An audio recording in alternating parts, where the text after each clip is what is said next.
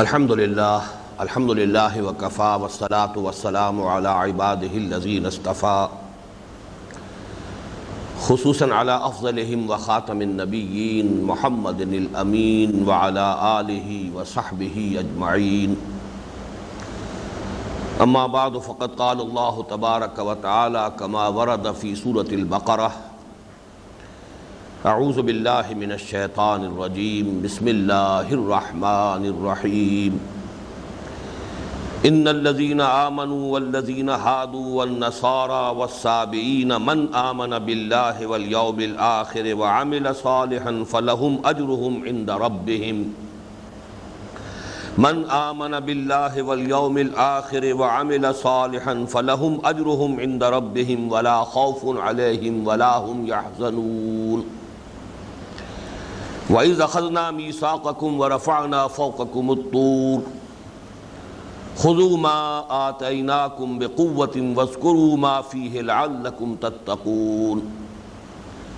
ثُمَّ تَوَلَّيْتُم مِّن بَعْدِ ذَلِكَ فَلَوْلَا فَضْلُ اللَّهِ عَلَيْكُمْ وَرَحْمَتُهُ لَكُنتُم مِّنَ الْخَاسِرِينَ وَلَقَدْ عَلِمْتُمُ الَّذِينَ اعْتَدَوْا مِنكُمْ فِي السَّبْتِ فَقُلْنَا لَهُمْ كُونُوا قِرَدَةً خَاسِئِينَ فَجَعَلْنَاهَا نَكَالًا لِمَا بَيْنَ يَدَيْهَا وَمَا خَلْفَهَا وَمَوْعِظَةً لِلْمُتَّقِينَ صدق اللہ العظیم رب اشرح لي صدری ويسر لي أمری واحلل عقدة من لسانی يفقهوا قولی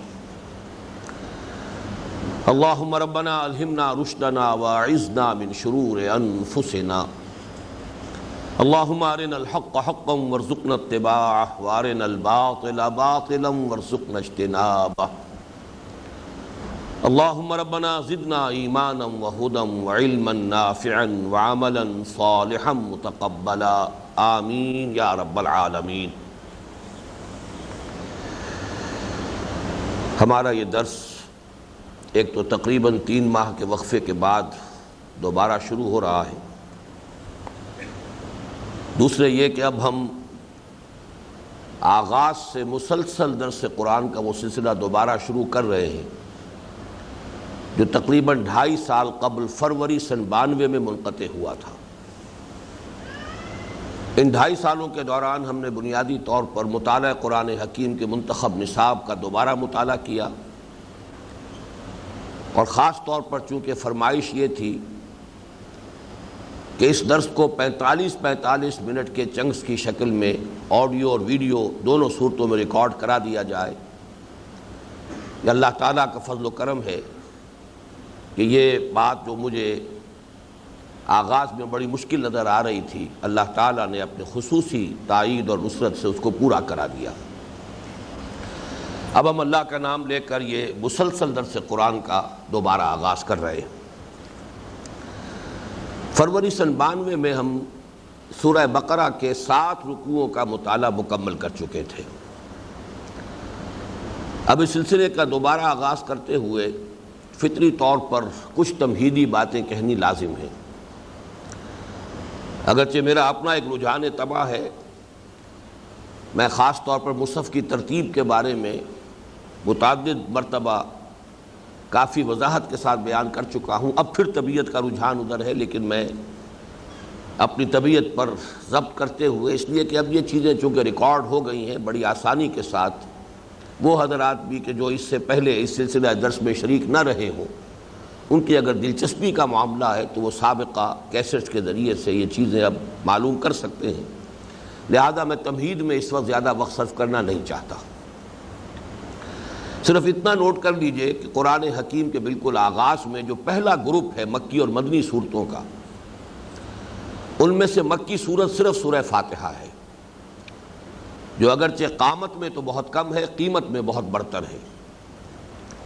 اس کے بعد 4 صورتیں جو مدنی ہیں، جو قرآن حکیم کے طویل ترین صورتوں میں سے بھی ہیں، اس میں 2 مضامین کی لڑیاں چلتی ہیں تسلسل کے ساتھ۔ ایک تو اہل کتاب پر، یہود اور نصارہ دونوں پر اتمام حجت، اس لیے کہ مکی قرآن جو ہے اس میں اصل مخاطب تھے مشرکین عرب، ان کو دعوت کا حق ادا کیا جا چکا، ان پر اتمام حجت ہر اعتبار سے مکمل ہو چکا۔ اگرچہ مکی دور کی جو آخری زمانے میں صورتیں نازل ہوئی ہیں ان میں ریفرنس تھا، حوالہ تھا اہل کتاب کی طرف بھی، روح سخن جو ہے بالواسطہ طور پر، خاص طور پر سورہ اعراف میں تو بہت ہی نمایاں طور پر ہے، لیکن یہ کہ اصلاً اب براہ راست خطاب جو ہے وہ مدینہ منورہ میں حضور صلی اللہ علیہ وسلم کے ہجرت کے بعد تشریف آوری کے بعد ہی معاملہ شروع ہوا۔ لہذا ان 4 صورتوں کا ایک مسلسل مضمون ہے اہل کتاب کو دعوت، ان پر اتمام حجت، اور اس کے ساتھ ہی انہیں ملامت، یعنی ان کا جو طرز عمل رہا اللہ کے دین کے ساتھ اور اس نعمت کے ساتھ جو اللہ تعالیٰ نے انہیں عطا فرمائی تھی، اس کے ضمن میں فرد جرم جو ان پر عائد کی گئی۔ اور دوسرا مضمون جو اس میں چلتا ہے تسلسل کے ساتھ، جس کا نقطہ آغاز سورہ بقرہ ہے اور نقطہ عروج سورہ مائدہ، یہ ہے شریعت محمدی علیہ صاحب الصلاۃ والسلام۔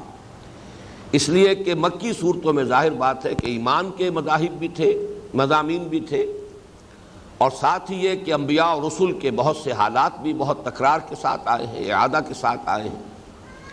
بنیادی انسانی اخلاقیات کا مضمون بھی آیا ہے، لیکن شرعی احکام جو ہیں اصلاً وہ تو جب مدینہ منورہ میں وہ ماحول وجود میں آ گیا کہ جن میں ان احکام کی تنفیذ ہو سکتی تھی، تو اب ہی در حقیقت ان کے نزول کا سلسلہ شروع ہوا، آغاز ہوا سورہ بقرہ میں اور اس کی تکمیل ہوئی سورہ مائدہ میں۔ اب ان میں سے خاص طور پر سورہ بقرہ جو ہمارے زیر مطالعہ ہے اس کے بارے میں چند باتیں نوٹ کر لیں۔ ترتیب نزولی کے اعتبار سے یہ ہجرت کے بعد نازل ہونے والی پہلی سورت ہے۔ اگرچہ اس سورہ مبارکہ کا نزول اس طور سے نہیں ہوا ہے کہ پوری سورت ایک مرتبہ نازل ہو گئی ہو، ویسے بھی حجم کے اعتبار سے قرآن حکیم کی عظیم ترین سورت ہے، اور اس کی عظمت صرف حجم کے اعتبار سے نہیں ہے، بعض اور دیگر پہلوؤں سے بھی ہے۔ چنانچہ حضور صلی اللہ علیہ وسلم کا فرمان مبارک ہے جو جامع ترمذی میں حضرت ابو ہریرہ سے روایت کیا گیا، لِكُلِّ شَيْءٍ سِنَامٌ وَسِنَامُ الْقُرْآنِ سورۃ البقرہ، ہر شے کی ایک چوٹی ہوتی ہے اور قرآن کی چوٹی سورہ بقرہ ہے۔ تو اس پہلو سے نوٹ کر لیجئے کہ یہ سورہ مبارکہ جو ہے تھوڑے تھوڑے وقفے سے مختلف آیات نازل ہوئی ہیں، ہجرت کے فوراً بعد سے لے کر اور غزوہ بدر کے متصلاً قبل تک۔ اگرچہ سورہ بقرہ کے علاوہ غزوہ بدر سے قبل سورہ محمد بھی نازل ہوئی ہے صلی اللہ علیہ وسلم، جس کا دوسرا نام سورۃ القتال بھی ہے، لیکن یہ کہ اکثر و بیشتر وہ آیات جو ہجرت کے بعد سے لے کر اور غزوہ بدر سے متصلاً قبل تک نازل ہوئی ہیں وہ اس سورہ مبارکہ میں جمع کر دی گئی۔ چند استثناءات اگرچہ ہیں، سود سے متعلق جو ہے، حرمت ربا سے متعلق جو آیات ہیں آخری، وہ سن 9 ہجری میں نازل ہوئی ہیں، لیکن انہیں اس میں شامل کیا گیا ہے۔ اسی طرح 2 آیات جو آخری ہیں اس سورہ مبارکہ کی، وہ در حقیقت زمین پر نازل نہیں ہوئی بلکہ شب معراج میں محمد رسول اللہ صلی اللہ علیہ وسلم کو اللہ تعالیٰ کی جانب سے امت محمد صلی اللہ علیہ وسلم کے لیے تحفے کے طور پر عطا ہوئی۔ آمن الرسول بما انزل الیہ من ربہ والمؤمنون، یہاں سے لے کر یہ 2 آیات جو ہیں آخری سورہ بقرہ کی۔ اس سورہ کے مضامین کا تجزیہ جو ہے اس کے اعتبار سے شاید آپ کو یاد ہو بہت سے حضرات کو، میں نے اسے ایک عنوان دیا ہے، نام جو ہے تجویز کیا ہے سورۃ الامتین۔ یہ 2 امتوں کی صورت ہے، یعنی اس میں ایک تو جو سابقہ امت مسلمہ تھی بنی اسرائیل، ان سے خطاب ہے، اور ایک جو موجودہ امت مسلمہ ہے امت محمد صلی اللہ علیہ وسلم، اس سے خطاب ہے۔ چنانچہ اس کے 2 حصے ہیں بالکل واضح اور نمایاں طور پر، تقریباً مساوی کہا جائے گا، اس لیے کہ تعداد کے اعتبار سے فرق ہے۔ پہلے حصے میں آیات 152 ہے، اگرچہ رکوع 18 بنتے ہیں، دوسرے حصے میں آیات 134 ہیں، اگرچہ رکوع 22 بن جاتے ہیں، تو گویا کہ تعداد آیات کے اعتبار سے پہلے حصے میں زیادہ ہے اور رکوعوں کی تعداد کے اعتبار سے نصف ثانی میں زیادہ ہیں، تو متوازن طرح سے کہا جا سکتا ہے کہ یہ 2 حصوں میں تقریباً منقسم ہے۔ سورہ فاتحہ کے بارے میں تو ہم نے وہ حدیث قدسی پڑھی بڑے اہتمام کے ساتھ، اللہ تعالیٰ خود فرماتے ہیں قسمت الصلاۃ بینی و بین عبدی نصفین، میں نے نماز کو، چونکہ نماز سے وہاں مراد ہم تفصیل سے یہ چیزیں دیکھ چکے ہیں، مراد سورہ فاتحہ ہے، میں نے اپنے اور اپنے بندے کے مابین 2 برابر حصوں میں تقسیم کر لی۔ تو کچھ اسی کا سمجھیے کہ عکس ہے، پرتو ہے۔ سورہ فاتحہ کی فوراً بعد چونکہ سورہ بقرہ آ رہی ہے تو اس کو بھی اللہ تعالیٰ نے دو نصفین میں تقسیم کیا ہے۔ پہلا جو حصہ ہے اس میں اصل روئے سخن جو ہے وہ اہل کتاب اور خاص طور پر بنی اسرائیل یہود کی طرف ہے۔ دوسرے حصے میں خطاب ہے تمام تر امت مسلمہ سے، امت محمد سے صلی اللہ علیہ وسلم۔ مزید تقسیم جو ہے یہ میں مضامین لکھ بھی چکا ہوں، جو میری کتاب کہیے قرآن حکیم کی سورتوں کے مضامین کا تجزیہ، کہ پہلے حصے میں پھر ایک عمودی تقسیم ہے، پہلے 4 رکوع، پھر 10 رکوع، پھر 4 رکوع، اس طرح 18 رکوع بنتے ہیں۔ یہ گویا کہ ورٹیکل پولرائزیشن، ورٹیکل ڈویژن ہے، 4 رکوع، پھر 10 رکوع، پھر 4 رکوع۔ لیکن یہ کہ 4 ہی مضامین کی لڑیاں ہیں کہ جو آپس میں بٹی ہوئی ہیں، وہاں ہاریزونٹل پولرائزیشن ہوگی، ہاریزونٹل ڈویژن ہوگی، وہ جو نصف ثانی ہے۔ یعنی ایک تو شریعت کے احکام، ان میں عبادات، اور پھر یہ کہ معاملات، دوسرے جہاد اللہ کی راہ میں، جہاد بالمال یعنی انفاق فی سبیل اللہ، اور جہاد بالنفس قتال فی سبیل اللہ۔ یہ 4 لڑیاں ہیں کہ جو آپس میں بٹی ہوئی ہیں نصف ثانی میں۔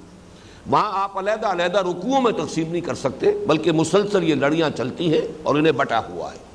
ایک مضمون آ جائے گا، پھر دوسرا آ جائے گا، پھر تیسرا آ جائے گا، پھر پہلا آ جائے گا۔ اس طور سے جیسے مختلف رنگ کی لڑیاں اگر ہوں، انہیں ایک رسی کی شکل میں بٹ دیا جائے تو رنگ جو ہے کٹے پھٹے نظر آئیں گے ایک طرف سے جب دیکھیں گے، لیکن اگر رسی کو کھول دیا جائے تو ہر لڑی جو ہے مسلسل ہے۔ تو 4 مضامین کی لڑیاں ہیں، لیکن یہ کہ ان کو چونکہ اس طریقے سے آپس میں بٹ دیا گیا ہے، لہذا یہ کہ وہ آپس میں معلوم ہوتا ہے کہ جیسے تسلسل نہیں ہے، حالانکہ معنوی تسلسل موجود ہے۔ البتہ پہلا جو حصہ ہے اس کے جو 4 رکوع ہیں وہ تمہیدی ہیں، آخری 4 رکوع تحویلی ہے، درمیان کے 10 رکوعوں میں براہ راست خطاب ہے یا بنی اسرائیل سے۔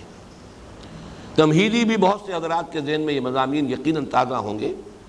پہلے 4 رکوعوں میں سے پہلے 2 رکوعوں میں 3 قسم کے انسانوں کی تفصیل،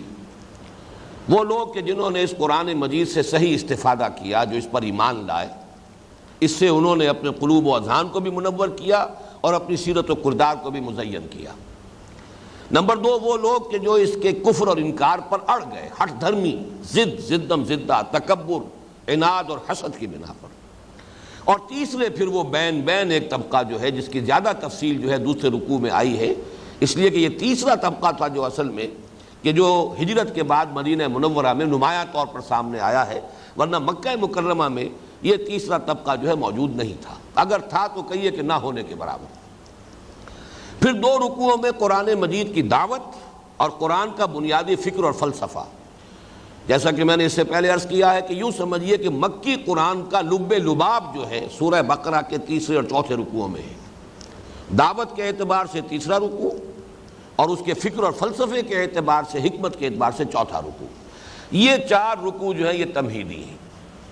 اس کے بعد خطاب شروع ہو جاتا ہے، یا بنی اسرائیل اذکروا نعمتی التی انعمت علیکم واوفوا بعہدی اوف بعہدکم وایای فارہبون۔ یہ جو 10 رکوع ہیں ان میں جو تقسیم ہے ابھی میں بعد میں عرض کروں گا۔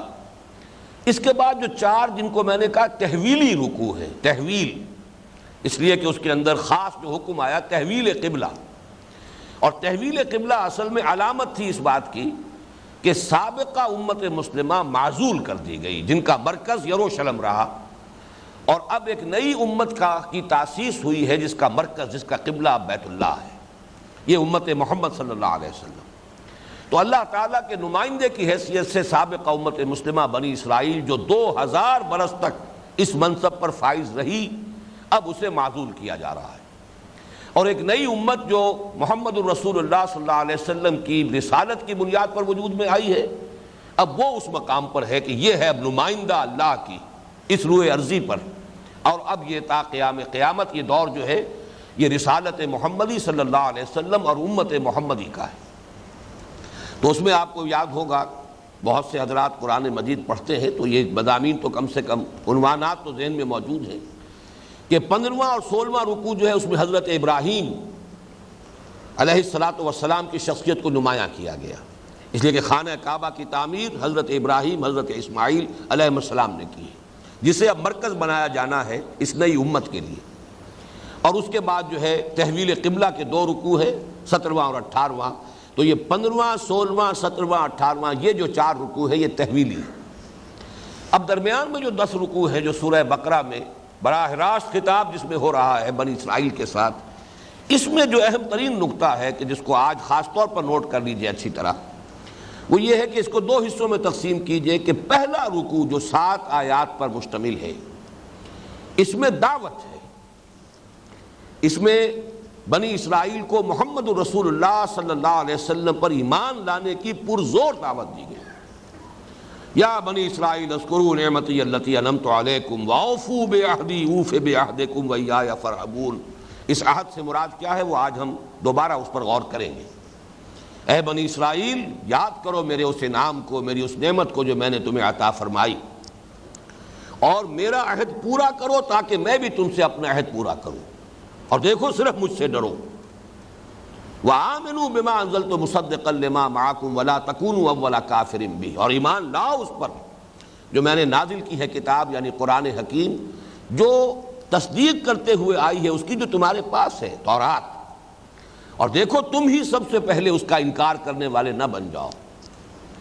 اور دیکھو میری آیات کو حقیر سے مفادات کے عوض فروخت نہ کرو. وَلَا تَشْتَرُوا بِآيَاتِي ثَمَنًا قَلِيلًا وَإِيَّايَ فَاتَّقُونِ وَلَا تَلْبِسُوا الْحَقَّ بِالْبَاطِلِ وَتَكْتُمُوا الْحَقَّ وَأَنْتُمْ تَعْلَمُونَ. اور تلبیس حق جو ہے، باطل کا ملمہ چڑھانا حق کے اوپر، اس سے باز آ جاؤ.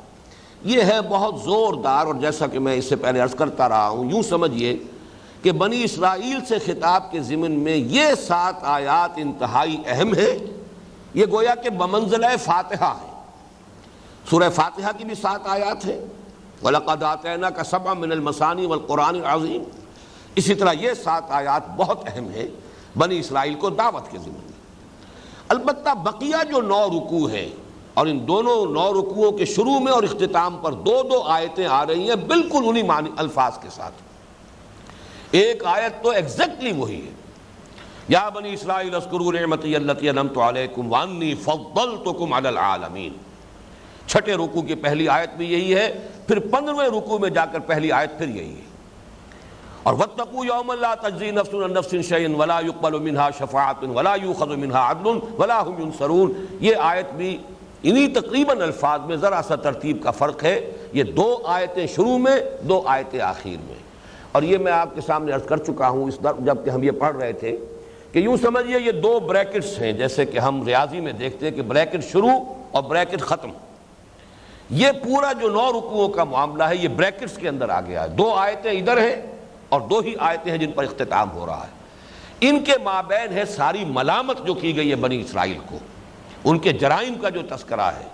ان پر جو فرد جرم عائد کی گئی ہے. تم نے یہ کیا، یہ کیا، یہ کیا، تمہارے یہ کرتوت رہے، تمہارا یہ معاملہ رہا اللہ کے دین کے ساتھ، شریعت خداوندی کے ساتھ، اللہ کی کتاب کے ساتھ. یہ ساری جو فرد جرم ہے جو ان پر تفصیل سے عائد کی گئی ہے، یہ در حقیقت ان 2 بریکٹوں کے درمیان ہے. اب ظاہر بات ہے کہ جو شروع میں اس بریکٹ سے باہر جو 7 آیات ہیں وہ اس ریاضی کے اصول کے مطابق اس پورے مضمون کے ساتھ ضرب کھا رہی ہے. یہ میں بات پہلے بیان کر چکا ہوں، اس وقت صرف دہرانا مقصود تھا، اس لیے کہ آج کی جو پہلی آیت ہے اس کے ضمن میں اس مضمون کو اور اس اصول کو سامنے رکھا جائے تو سارا عقدہ حل ہو جاتا ہے، کوئی پیچیدگی باقی نہیں رہتی. اب صرف ایک بات اور نوٹ کر لیجئے کہ یہ جو حصہ ہے دوسرا، ہم پہلا 5واں رکوع بھی پڑھ چکے ہیں، 7 آیات جو دعوت کی ہے. پھر یہ کہ ان 9 رکوعوں میں سے بھی 2 رکوع ہم پڑھ چکے ہیں، 6واں اور 7واں. ایک اعتبار سے 6 اور 7ویں رکوع میں بہت سے واقعات کا تذکرہ ہوا ہے تاریخ بنی اسرائیل کا، اور اس کے ضمن میں ان کا جو طرز عمل رہا ہے اس کی نشاندہی کی گئی. ان 2 رکوعوں میں گویا کہ ایک اعتبار سے مضمون مکمل ہو گیا، اس لیے کہ 6واں رکوع شروع ہو رہا ہے یا بنی اسرائیل اذکروا نعمتی التی انعمت علیکم وانی فضلتکم علی العالمین، اور ختم ہو رہا ہے 7واں رکوع وَضُرِبَتْ عَلَيْهِمُ الذِّلَّةُ وَالْمَسْكَنَةُ وَبَاءُوا بِغَضَبٍ مِّنَ اللَّهِ ذَلِكَ بِأَنَّهُمْ كَانُوا يَكْفُرُونَ بِآيَاتِ اللَّهِ وَيَقْتُلُونَ النَّبِيِّينَ بِغَيْرِ الْحَقِّ ذَلِكَ بِمَا عَصَوْا وَكَانُوا يَعْتَدُونَ. تو ان 2 رکوعوں میں یوں سمجھیے کہ مضمون ایک اعتبار سے مکمل ہو گیا ہے، اور اس میں کوئی عقیدے والی بات نہیں آئی ہے، نظریاتی بات نہیں آئی ہے. جو پوائنٹ میں چاہتا ہوں آج نوٹ کر لیں کہ ان دونوں رکوعوں میں صرف بعض واقعات آئے ہیں تاریخ بنی اسرائیل کے کہ جن کا حوالہ ہے. آج سے جو ہم حصہ شروع کر رہے ہیں 8ویں رکوع سے، اس میں فکری، نظریاتی یہ جو بحثیں ہیں یہ بھی ساتھ کے ساتھ آئیں گی، واقعات بھی آئیں گے جو ان کا طرز عمل غلط رہا جس کے بنا پر کہ وہ معزول کیے گئے، لیکن اس کے ساتھ ہی واقعات کا تجزیہ، ان واقعات کی تہ میں جو فکری اور نظریاتی غلطیاں کار فرما تھیں، ان کے عقائد میں، ان کے خیالات میں جو کجی پیدا ہوئی۔ اور یہ حصہ اس اعتبار سے بہت اہم ہے کہ در حقیقت ان آیات میں آپ دیکھیں گے تھوڑے تھوڑے وقفے کے بعد بڑی قیمتی آیات، حکمت قرآنی کے بڑے اہم خزانے آئیں گے، اور یہ اصل میں امت مسلمہ کے لیے بھی ایک پیشگی تنبیہ کے طور پر ہے کہ سابقہ امت مسلمہ اگر اس انجام کو آج پہنچی ہے کہ معزول کی گئی اور ضربت علیہم الذلہ والمسکنہ وباؤوا بغضب من اللہ، اس انجام بد کو اگر پہنچی ہے تو ان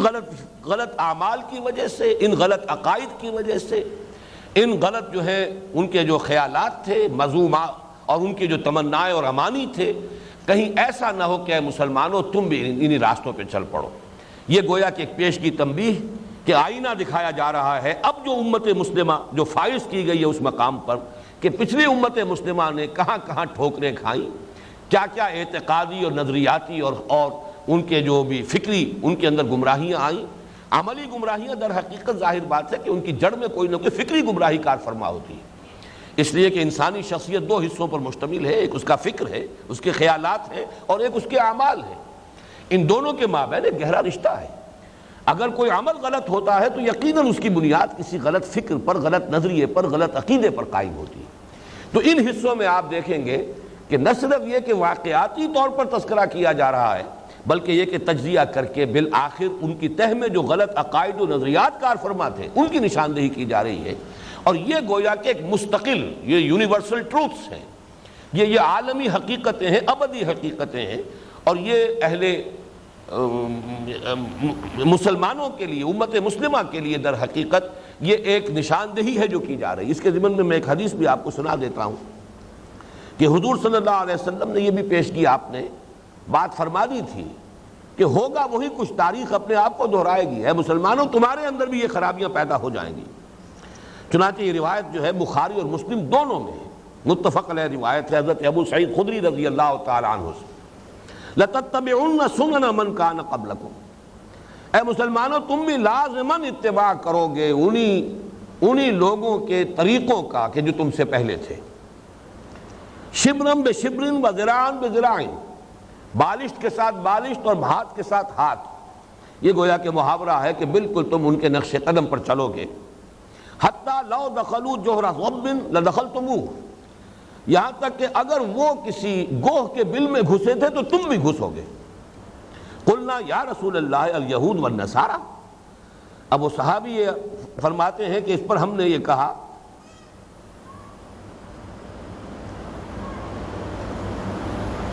ہم نے عرض کیا قلنا یا رسول اللہ الیہود والنصارى، کہ حضور کیا آپ کی مراد یہود اور نصارہ سے کہ جو بھی گمراہیاں پیدا ہوئیں چاہے وہ عملی تھی یا اعتقادی تھی ان میں ہمارے اندر بھی لازماً آ جائیں گی؟ قال فمن، آپ نے فرمایا اور کون؟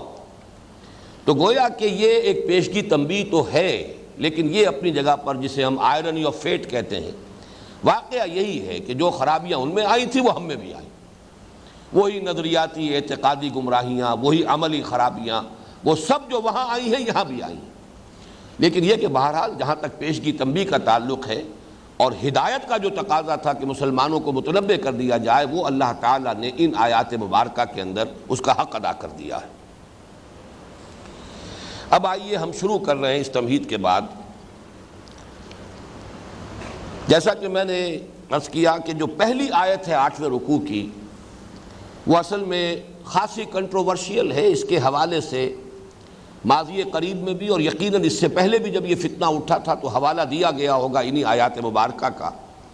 تو ایک بہت بڑا فتنہ جس کو کہ وحدت ادیان کا عنوان دیا گیا ہے، وہ انہی آیتوں کے، ایک یہ آیت ہے اور ایک اس کی ہم مضمون آیت ہے سورہ مائدہ کی آیت نمبر 69، ان دونوں کے حوالے سے وہ ایک گمراہ کن نظریہ جو ہے وہ پیش کیا گیا۔ ان الذین آمنوا والذین ہادوا، یقیناً وہ لوگ جو مسلمان بنے، اب یہاں میں خاص طور پہ ترجمہ کر رہا ہوں، ایمان لائے نہیں کر رہا، اس کو نوٹ کیجئے۔ بارہا میں اس کو بیان کر چکا ہوں کہ قرآن مجید میں اہل ایمان سے جو مراد لیا جاتا ہے وہ لوگ جو مسلمان ہیں، چاہے وہ حقیقتاً مومن ہیں چاہے وہ منافق ہیں۔ منافقوں کے لیے بھی خطاب ہوتا ہے تو یا ایھا الذین آمنوا، یا صرف قانونی مسلمان ہیں حقیقی ایمان سے بے بہرہ ہیں تو وہ بھی یا ایھا الذین آمنوا، اس لیے کہ قانونی ایمان تو انہیں بہرحال حاصل ہے۔ یا ایھا الذین آمنوا آمنوا باللہ ورسولہ والکتاب الذی نزل علی رسولہ والکتاب الذی انزل من قبل، اے ایمان کے دعوے دارو ایمان لاؤ، جیسا کہ ایمان لانے کا حق ہے اللہ پر اور اس کے رسول پر اور اس کتاب پر جو اس نے اپنے بندے پر نازل فرمائی، اپنے رسول پر صلی اللہ علیہ وسلم، اور اس کتاب پر بھی کہ جو اس نے پہلے نازل کی تھی۔ تو یقیناً وہ لوگ جو مسلمان ہوئے، والذین ہادوا، اور وہ کہ جو یہودی ہوئے، والنصارى، اور نصارہ، ابھی میں اس لفظ کا ترجمہ نہیں کر رہا، عیسائی کا لفظ یہاں پر استعمال کرنا درست نہیں ہوگا، والصابئین، اور صابی، من آمن باللہ والیوم الآخر،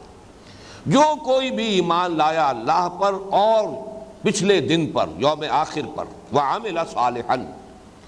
اور جس نے بھی نیک عمل کیے، فلہم اجرہم عند ربہم، تو ان کا اجر ان کے رب کے پاس محفوظ ہے، ولا خوف علیہم، نہ ان پر کوئی خوف ہے، ولا ہم یحزنون، اور نہ ہی وہ کسی حزن سے دوچار ہوں گے۔ یہ آیت مبارکہ جس کا کہ لفظی ترجمہ یہ بنا، اور میں چاہتا ہوں چونکہ اس کا مصنف جو ہے موجود ہے قرآن مجید میں،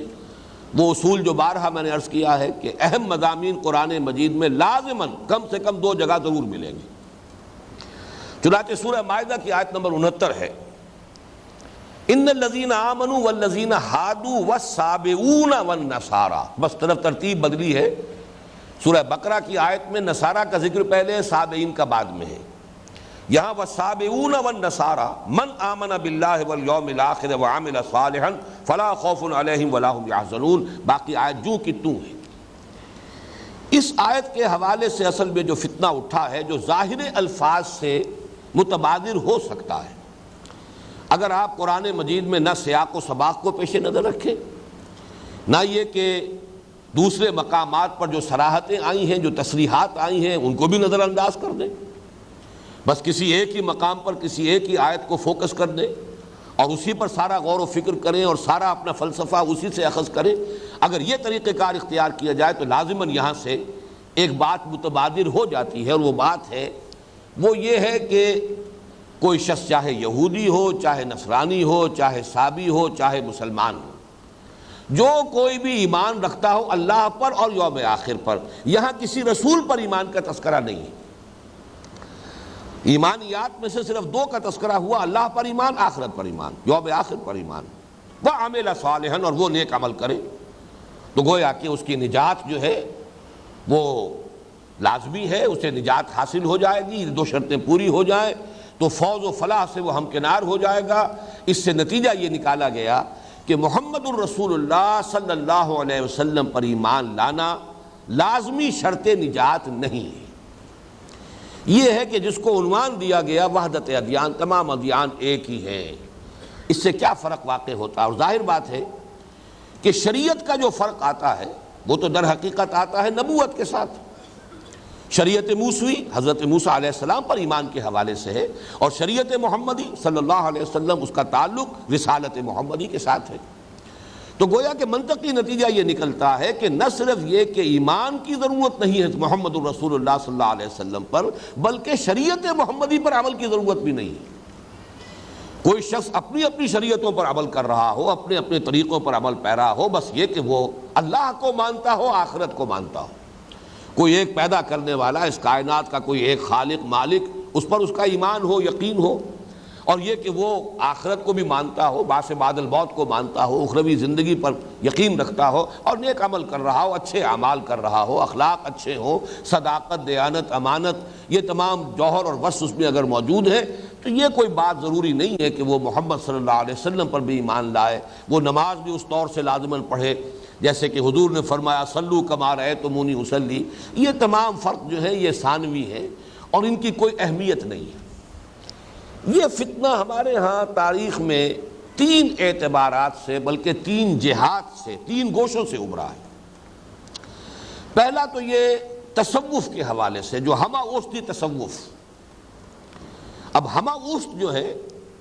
اگر وہ اپنے اصل جو ان کا جو پینتھیزم کا اصل جو نظریہ ہے اس کے تحت ہمہ مستقر ہے، تو ظاہر بات ہے کہ پھر یہ سارے جو فرق ہیں اور تفاوت ہیں مختلف مذاہب کے اور مختلف جو بھی عبادتوں کے مختلف نظام ہیں، مختلف شریعتیں ہیں، ان کی حقیقتاً پھر کوئی اہمیت رہ نہیں جاتی، بلکہ جیسا کہ ہمارے ہاں وہ مشہور مصرع ہے کہ مسجد مندر ہکڑو نور، ایک ہی نور ہے، مسجد میں بھی ہے مندر بھی ہے، کیا فرق پڑتا ہے، کوئی شخص مسجد میں چلا جائے کوئی مندر میں چلا جائے کسی بھی اعتبار سے جو ہے، لیکن یہ کہ بہرحال مانتا ہے کسی کو، وہ کسی کو پوجتا ہے، کسی کے حوالے سے پوجتا ہے۔ جو لوگ بتوں کو بھی پوجتے ہیں وہ بھی کہتے ہیں کہ ہم ان پتھروں کو تھوڑا ہی پوجتے ہیں، یہ تو علامتیں ہیں، یہ تو ہم نے خوگرے پے کرے محسوس تھی انسان کی نظر، تو ہم نے ذرا اپنے گیان دھیان کے لیے ایک مرکز بنا لیا ہے، میڈیٹیشن کے لیے، ایک آبجیکٹ آف میڈیٹیشن، ایک مراقبے کے لیے، ورنہ یہ کہ وہ تو کوئی اور ہستیاں ہیں، آسمانی مخلوقات ہیں، ان کو ہم پوجتے ہیں۔ یہ سارے تصورات جو ہیں ہمارے ہاں یا تو پھر وہ ہمہ اوسطی جو تصورات تھے اور یہ اپنی انتہا کو پہنچے تھے، ایک ہی وقت میں یہ دونوں فتنے اپنی انتہا کو پہنچے ہیں ہندوستان میں خاص طور پر۔ ایک طرف یہ ہمہ اوسطی تصوف جس میں شریعت کی اہمیت ختم ہو رہی تھی، اتباع سنت جو ہے اس کا جنازہ نکل رہا تھا، اور گویا کہ امت محمد صلی اللہ علیہ وسلم کا جو جداگانہ تشخص تھا وہ گویا کہ خطرے میں تھا۔ دوسری طرف ایک بہت بڑی سیاسی سمجھیے جینیس شخصیت ابھری ہندوستان میں، اور وہ جلال الدین اکبر، اکبر اعظم، شہنشاہ اکبر۔ وہ اگرچہ ان پڑھ انسان تھا لیکن بہت ذہین انسان تھا، اور اس نے یہ بات سمجھ لی تھی کہ ہندوستان میں یہ جو مذاہب کی کھچڑی پکی ہوئی ہے،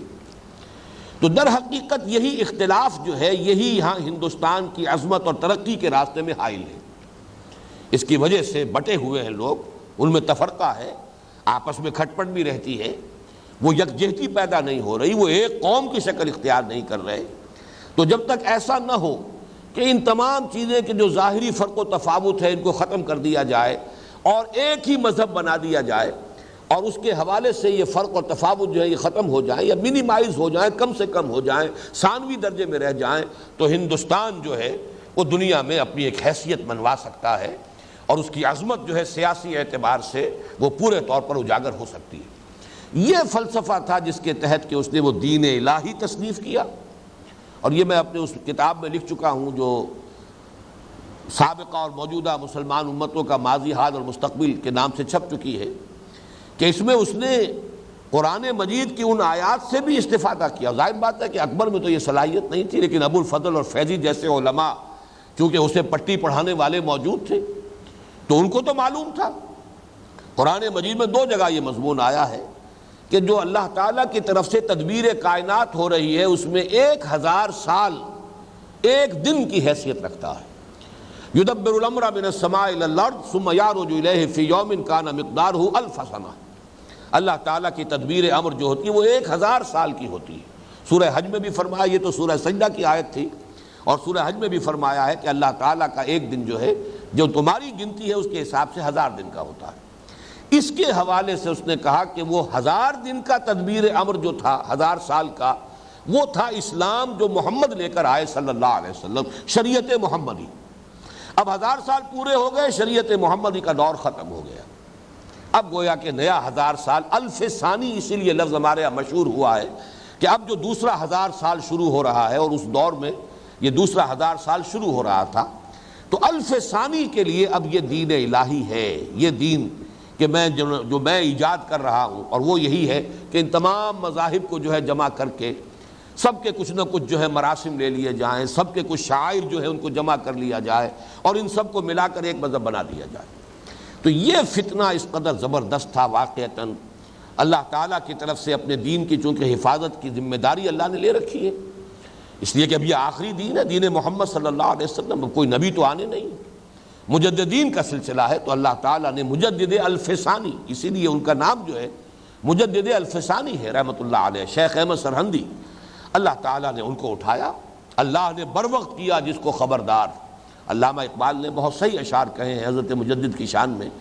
وہ ہند میں سرمایہ ملت کا نگہباں، اس لیے کہ ملت جو ہے، ملت اسلام، امت محمد صلی اللہ علیہ وسلم، اس کا جداگانہ تشخص دوبارہ قائم کرنا، شریعت کی اہمیت، اور یہ کہ اتباع سنت کا جو مقام ہے دین میں،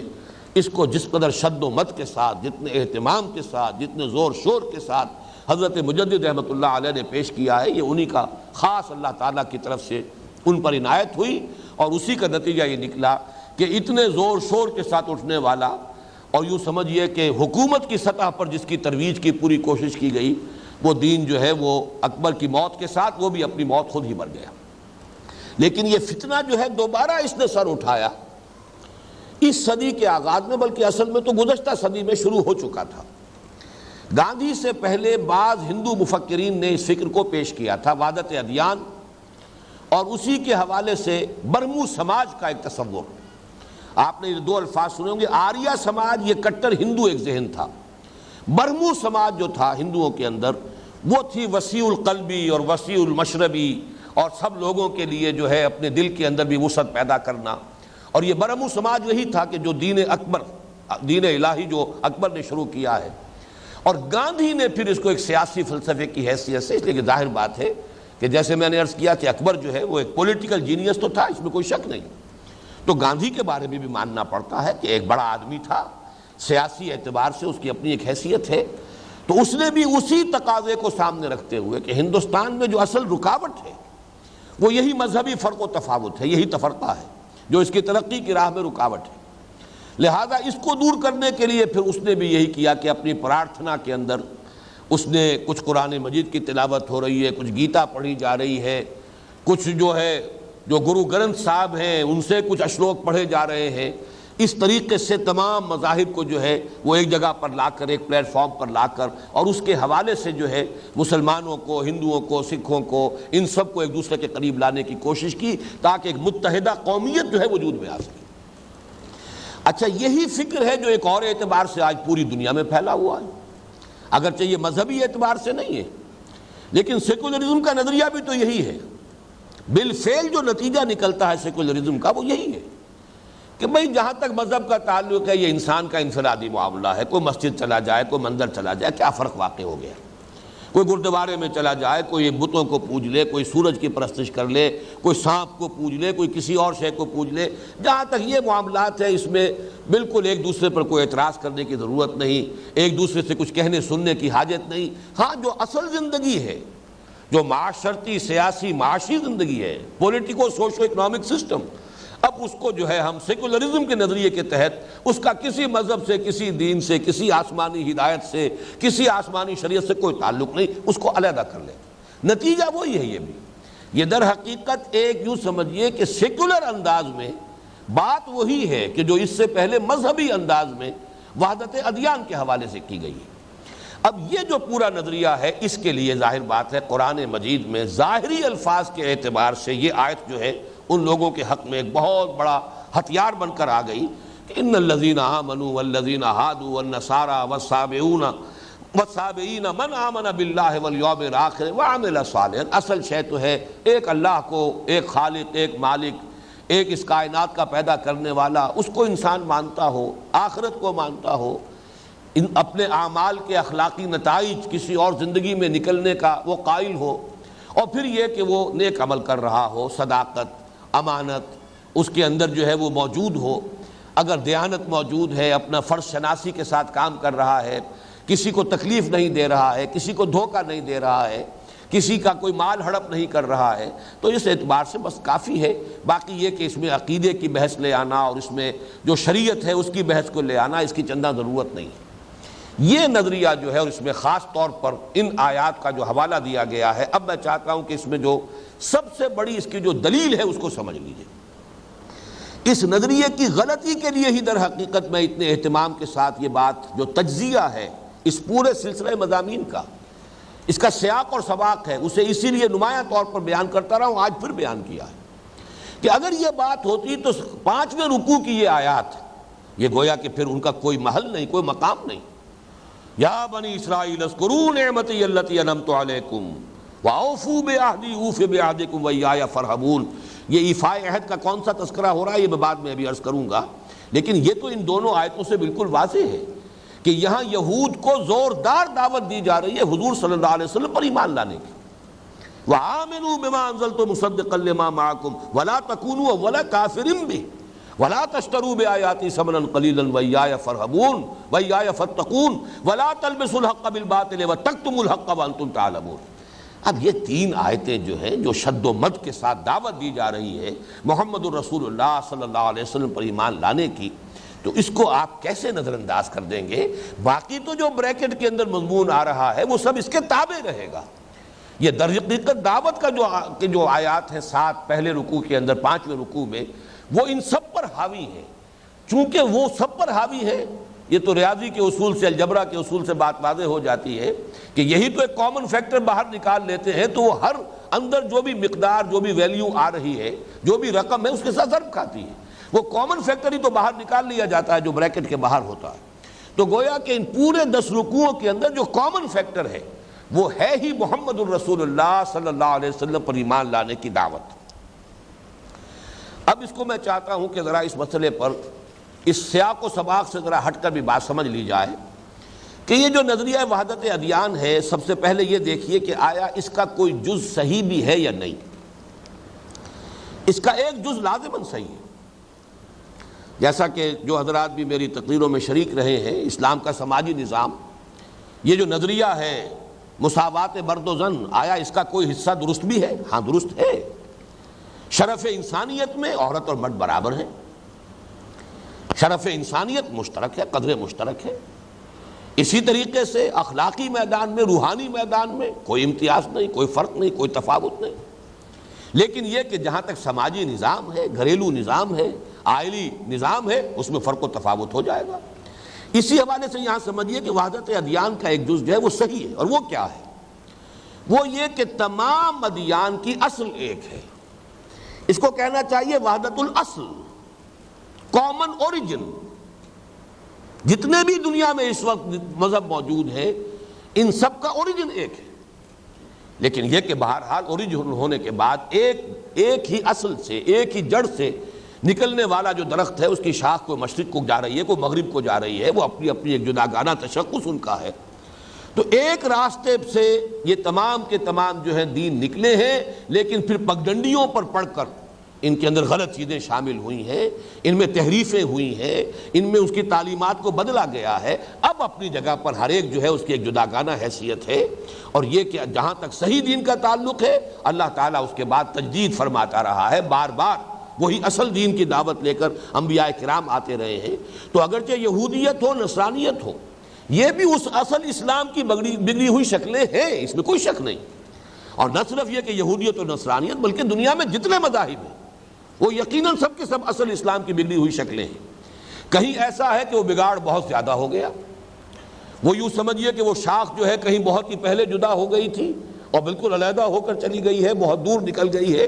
اس کی ساری حیتیں بدل گئی ہیں، اس کی ساری جو بھی وضع اوضاع و اطوار ہیں وہ بدل گئے ہیں، صغرا کبرا بدل گیا ہے۔ لیکن اس میں کوئی شک نہیں کہ یقیناً تمام ادیان کی اصل ایک ہے، جڑ ایک ہے۔ اس کے لیے میں اب 2 آیتیں آپ کو سنانا چاہتا ہوں۔ ایک آیت تو پھر یہاں دیکھیے وہی اصول سامنے آ رہا ہے کہ اہم مضامین قرآن میں 2 مرتبہ ضرور آئیں گے، 2 مرتبہ یہ مضمون آیا ہے۔ سورہ یونس کی آیت نمبر 19،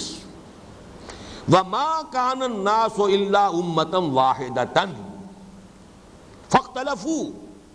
وَلَوْلَا كَلِمَةٌ سَبَقَتْ مِنْ رَبِّكَ لَقُضِيَ بَيْنَهُمْ فِيمَا فِيهِ يَخْتَلِفُونَ، اور نہیں تھے تمام انسان مگر ایک امت۔ ظاہر بات ہے کہ جب قرآن مجید کا فلسفہ تاریخ یہ ہے کہ پوری نسل انسانی جو ہے وہ ایک انسانی جوڑے کی اولاد ہے، حضرت آدم، حضرت حوا، ان کا دین کیا تھا؟ اسلام، توحید، اللہ کی اطاعت، انہیں خلیفہ بنا کر زمین پر اتارا گیا۔ اس اعتبار سے اب ان کی نسل جو بھی تھی، جب تک کہ خرابیاں پیدا نہیں ہوئی تو ایک ہی دین تھا، اور دین اسلام تھا، دین حق تھا، صحیح دین تھا، دین توحید تھا۔ اب اس کے بعد اختلافات پیدا ہوئے، تو اختلافات کے نتیجے میں شکلیں بدل گئیں، جیسے کہ ایک سیدھے راستے سے پگڈنڈیاں مڑتی چلی گئیں، کوئی ادھر مڑ گئی، کوئی ادھر مڑ گئی، لیکن ظاہر بات ہے کہ آغاز تو یقیناً ایک ہے، جڑ ایک ہے، اساس ایک ہے، بنیاد ایک ہے، اصل ایک ہے، اور نقطہ آغاز جو ہے وہ ایک ہے۔ وَمَا كَانَ النَّاسُ إِلَّا أُمَّةً وَاحِدَةً فَاخْتَلَفُوا وَلَوْلَا كَلِمَةٌ سَبَقَتْ مِنْ رَبِّكَ لَقُضِيَ بَيْنَهُمْ فِيمَا فِيهِ يَخْتَلِفُونَ۔ اب یہ اللہ تعالیٰ کی سنت ہے، وہ بہرحال اگر اس کی طرف سے مہلت معین نہ ہو چکی ہوتی، ہر چیز کے لیے اللہ تعالیٰ کا ایک ٹائم ٹیبل ہے جو اس نے طے کر رکھا ہے، اگر نہ وہ ٹائم ٹیبل اللہ کا طے شدہ ہوتا تو اللہ تعالیٰ ابھی فیصلہ کر دیتا،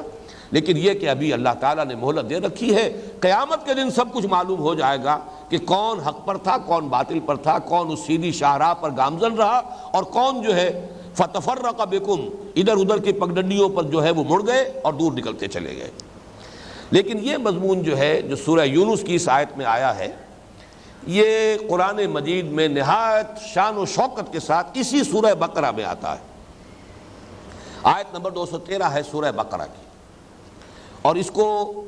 سورہ بقرہ کی اہم ترین آیات میں سے شمار کیا جا سکتا ہے۔ میں نے جو عرض کیا تھا کہ جو نصف ثانی ہے سورہ بقرہ کا، اس میں 4 لڑیاں چلتی ہیں مضامین کی آپس میں بٹی ہوئی، اور یاد ہوگا بہت سے حضرات کو کہ اس کے ساتھ ہی میں عرض کیا کرتا ہوں کہ جیسے کپڑے کا تانا بانا ہوتا ہے، اس تانے بانے ہی میں کوئی پھول جو ہے بنتی کے اندر آ جاتے ہیں، تو وقفے سے عظیم ترین آیات قرآن مجید کی سورہ بقرہ کے اندر ہیں۔ اس لیے جو میں نے حدیث آپ کو سنائی کہ حضور نے فرمایا کہ لِكُلِّ شَيْءٍ سَنَامٌ وَسَنَامُ الْقُرْآنِ سورۃ البقرہ، ہر شے کی ایک چوٹی ہے، اور قرآن کی چوٹی سورہ بقرہ ہے۔ اسی حدیث میں وہ الفاظ بھی ہیں کہ فیہا آیت ہی سیدۃ آیت القرآن، اس کی ایک آیت وہ ہے جو تمام قرآنی آیات کی سردار ہے، آیت الکرسی، توحید کے موضوع پر آیت الکرسی، پھر آیت الآیات ان فی خلق السماوات والارض واختلاف اللیل والنہار والفلک التی تجری فی البحر الی آخر الآیہ، جتنے یہ نیچرل فینومینا اور آیات آفاقی اس ایک آیت میں جمع کیے گئے قرآن مجید میں، اس کی کوئی نظیر آپ کو نہیں ملے گی۔ اسی طرح ہمارے منتخب نصاب کا درس نمبر 2 آیت البر،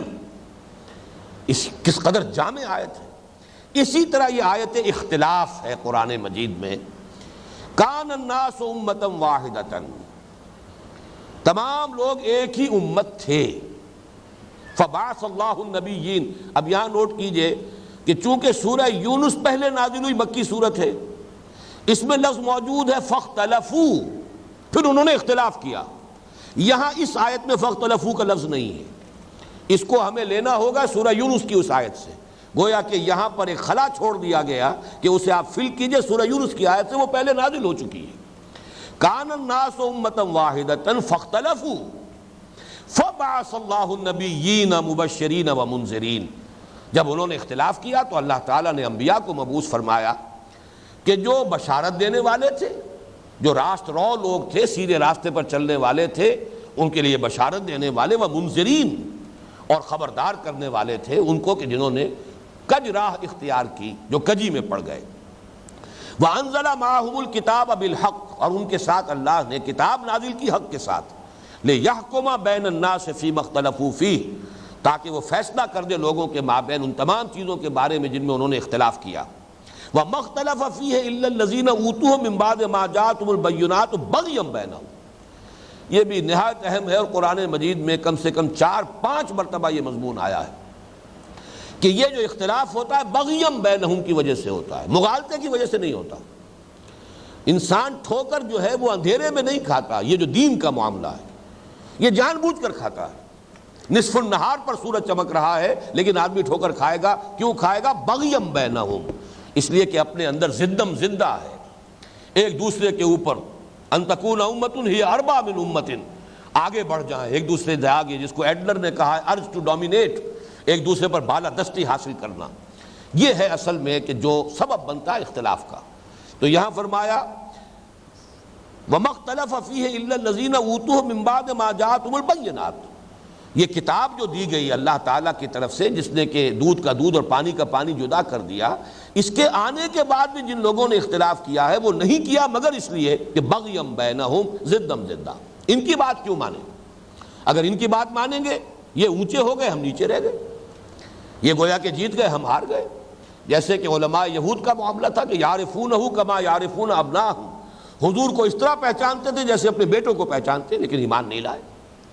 ابو جہل کا اقرار ہے ریکارڈ پر کہ محمد نے کبھی جھوٹ نہیں بولا۔ بھائی کیوں نہیں مانتے پھر ان کی بات صلی اللہ علیہ وسلم؟ کہ ہمارے اور بنی ہاشم کے درمیان ایک مسابقت کا معاملہ چل رہا تھا، انہوں نے کھانے کھلائے، ہم نے ان سے بڑھ کر کھلائے، انہوں نے لوگوں کی خدمتیں کی، حاجیوں کی مہمان نوازی کی، ہم نے ان سے زیادہ بڑے دسترخوان بچھا دیے، ابھی تک تو ہم کندھے سے کندھا جوڑے چلے آ رہے تھے، اب اگر ان کی نبوت مان لیں گے تو ہم تو ہمیشہ کے لیے غلام ہو جائیں گے، یہ مجھے قبول نہیں۔ کم سے کم یہ کہ اسے اس بات کا کریڈٹ دیا جانا چاہیے کہ اس نے صحیح بات کہہ دی، جو سچی بات تھی دل کی اس کو اس نے تسلیم کر دیا۔ تو یہ بغیم بینہم فہدی اللہ الذین آمنوا لما اختلفوا فیہ من الحق بإذنہ، تو پھر جن لوگوں نے اللہ تعالیٰ جو بھی ایمان لائے اللہ نے ان کو ہدایت دے دی، جو اختلافات تھے ان میں سے جو حق کا پہلو تھا اس کی طرف ان کو رہنمائی مل گئی۔ واللہ یہدی من یشاء الی صراط مستقیم، اور اللہ تعالیٰ جس کو چاہتا ہے سیدھے راہ کی ہدایت دیتا ہے۔ اس کے دونوں ترجمے ہو سکتے ہیں، جو چاہتا ہے سیدھی راہ حاصل کرنا اللہ اسے ہدایت دیتا، من یشاء دونوں طرف جا سکتا ہے، اللہ جسے چاہتا ہے ہدایت دے دیتا ہے صراط مستقیم کی، اور جو کوئی بھی صراط مستقیم کا خواہاں ہوتا ہے اللہ تعالیٰ اسے ہدایت دے دیتا ہے۔ اس لیے کہ یہ ساری کی ساری جو بات ہے انسان کی نیت جو ہے اس میں فیصلہ کن ہے۔ تو پہلی بات تو یہ نوٹ کیجئے کہ یقیناً تمام انسان ایک تھے، ایک امت تھے، یقیناً دین ایک ہی تھا شروع میں، سارے جو دین دنیا میں ہے سارے مذاہب، اس میں یہ بات نوٹ کر لیجئے کہ چونکہ جو بھی نصرانیت، یہودیت یا ایک تیسرا مذہب جو ہے سابین کا، ان کا معاملہ چونکہ ایک تو یہ کہ اس علاقے میں جہاں پر قرآن نازل ہو رہا تھا یہی دوسرے مذاہب تھے اور کوئی تیسرا مذہب تو وہاں تھا نہیں۔ دوسرے یہ کہ ان کا سارا تعلق جو ہے حضرت ابراہیم کے ساتھ جڑتا ہے، یہ تمام جو ہے نسل ابراہیمی اولاد ابراہیم کے مذاہب ہیں، لیکن اس کو یہ نہ سمجھیے کہ اس کے علاوہ جو ہے معاملہ دوسرے مذاہب کا وہ کوئی مختلف ہے بنیادی طور پر۔ حضرت نوح علیہ السلام کی امت، ان کے نہ معلوم کہاں کہاں اس کے گوشے پہنچے ہوں گے، اس لیے کہ حضرت ابراہیم کے بعد تو یقیناً حضرت ابراہیم کے نسل ہی میں سے انبیاء آئے ہیں، لیکن حضرت نوح اور حضرت ابراہیم کے درمیان تو حضرت نوح کی جو اولاد کی جو دو اور شاخیں ہیں، حضرت حام کی نسل ہے، حضرت یافس کی نسل ہے، کیسے ممکن ہے کہ ان میں کوئی نبی نہ آیا ہو؟ یہ بات قرآن سے ثابت ہوتی ہے کہ حضرت ابراہیم کے بعد نبوت جو ہے یہ یقیناً حضرت ابراہیم علیہ السلام کی نسل ہی میں ہے، لیکن اس سے پہلے حضرت نوح علیہ السلام کی نسل، اور حضرت نوح علیہ السلام کی نسل کی صرف ایک شاخ ہے جو حضرت ابراہیم جس سے تعلق رکھتے ہیں، یعنی حضرت سام کی اولاد میں سے حضرت حام، حضرت یافس، ان کی نسل میں بھی انبیاء آئے ہوں گے، لیکن یہ کہ ان کی شریعتیں دور دور کے علاقوں میں پھیل گئیں، ان کے اندر جو ہے فرق و تفاوت اتنا زیادہ ہو گیا، اس میں صورت جو ہے اتنی تبدیل ہوتی چلی گئی کہ پہچانی ہوئی صورت بھی پہچانی نہیں جاتی، یہ تو شکل ہو گئی ہے، لیکن اصولاً یہ ماننا پڑے گا کہ دنیا میں تمام مذاہب یقیناً اسی ایک درخت کی شاخیں رہی ہے، چاہے وہ شاخیں کٹ گئیں، بہت دور نکل گئیں، یہ جیسے کہ بڑھ کے درخت میں ہوتا ہے کہ اس کی شاخیں جو ہیں بسا اوقات جو ہے وہ ایڈونٹیشس روٹس جو ہیں بنا کر اور وہ بالکل ایک نئے درختوں کی شکل اختیار کر لیتی ہیں، تو وہ شکل میں تو نظر آئیں گے کہ یہ مذاہب جو ہے بالکل مختلف ہیں، ان کا کوئی تعلق ہی نہیں، کوئی بھی مشابہت کا پہلو نہیں ہے، لیکن یہ کہ اصولاً ان دو آیات کے حوالے سے قرآن مجید کی حکمت اور فلسفے کی اس بات کو اپنے ذہن میں بٹھا لینا چاہیے کہ تمام مذاہب دنیا کے جو ہیں وہ یقیناً اصل دین اسلام ہی کی بگڑی ہوئی شکلیں ہیں، انہی میں تغیر و تبدل کے ذریعے سے وجود میں آئے ہیں۔